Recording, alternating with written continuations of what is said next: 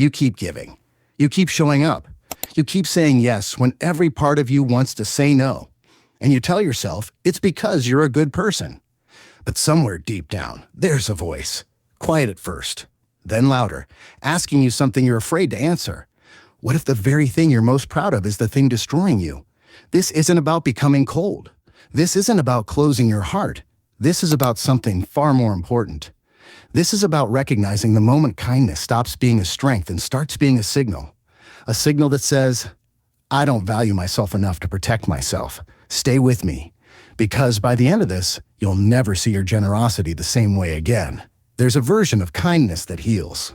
And there's a version that harms. Not the people around you. You. And the terrifying part is that most people who are being taken advantage of have no idea it's happening. They think they're being noble. They think they're being selfless. They don't realize they've quietly handed over their power, one small act of accommodation at a time. The first sign is this.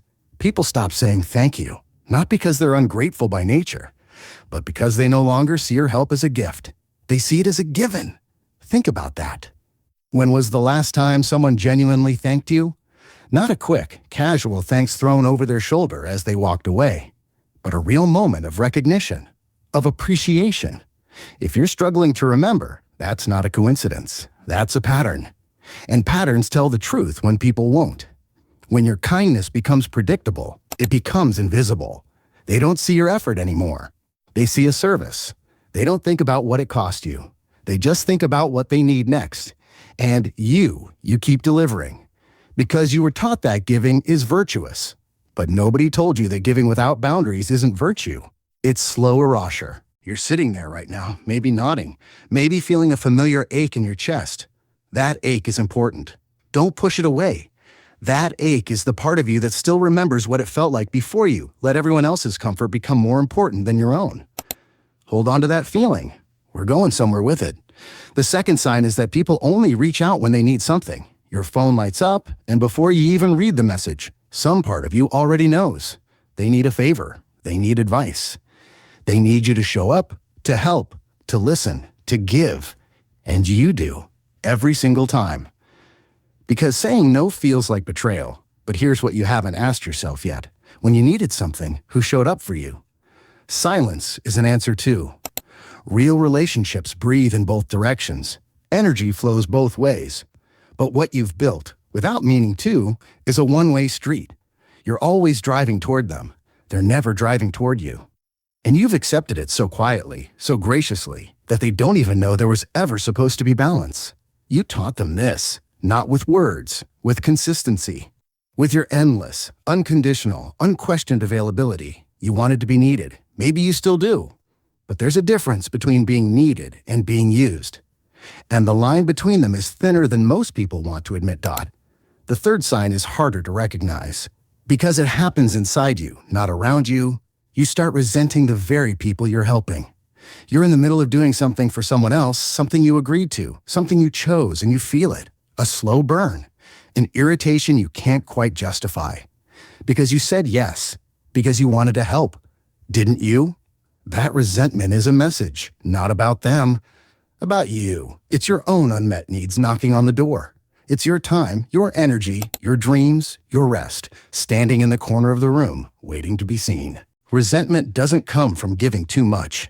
It comes from giving without honoring yourself first. Every time you said yes when you meant no, you made a small withdrawal from your own soul. And now the account is running low, and you're still giving. This is where most people get it wrong. They think more giving will fix the emptiness. It won't. What fixes it is the courage to stop, to pause, to ask, what do I actually need right now? Not them. You. The fourth sign is that your boundaries become a negotiation. You try to say no. You mean it when you say it, but then they push back. They question you. They give you that look. Or they go quiet, and the silence feels like punishment. And so you fold. You explain yourself. You justify and qualify and soften until your no sounds like a maybe and your maybe sounds like yes. And just like that, your boundary is gone. And they learned something. They learned that your limits aren't real. That they're just the starting point of a conversation you can be talked out of. Every time you allow your boundaries to be bargained away, you are training people in how to treat you. You are running a class right now, today, and the curriculum is this: my limits don't matter. Push hard enough and I'll move them. You didn't mean to teach that.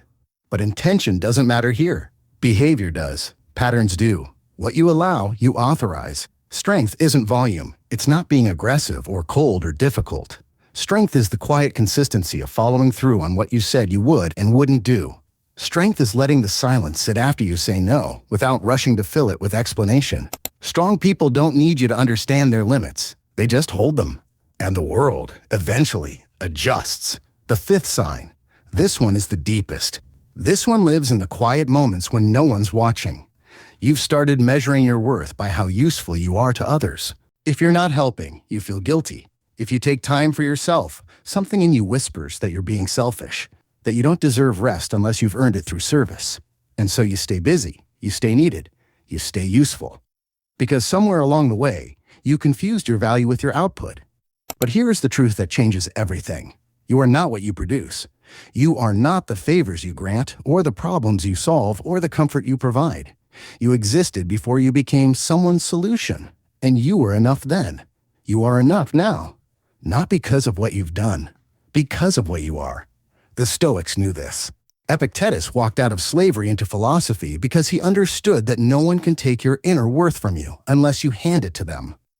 Marcus Aurelius ruled an empire and still wrote to himself every morning, reminding himself that his value was not determined by anyone outside himself.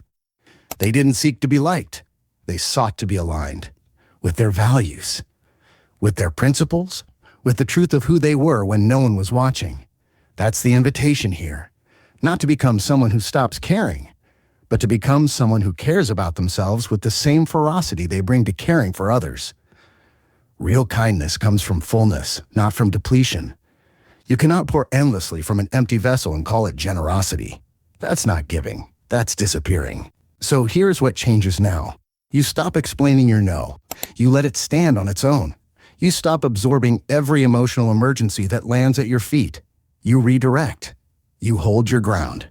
You stop giving your time and energy to people who have shown you, clearly and repeatedly, that they will not return it.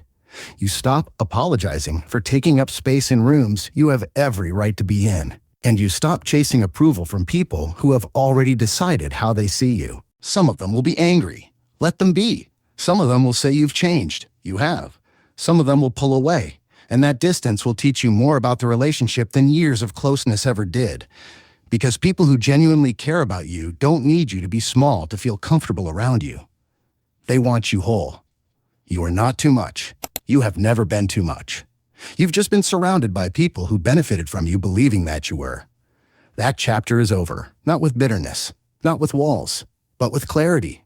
With the kind of quiet, unshakable self-respect that doesn't need a single person to validate it. Your kindness is one of the most powerful things about you. Protect it, not by withholding it, by directing it toward people who recognize it for what it is, a gift, not a guarantee.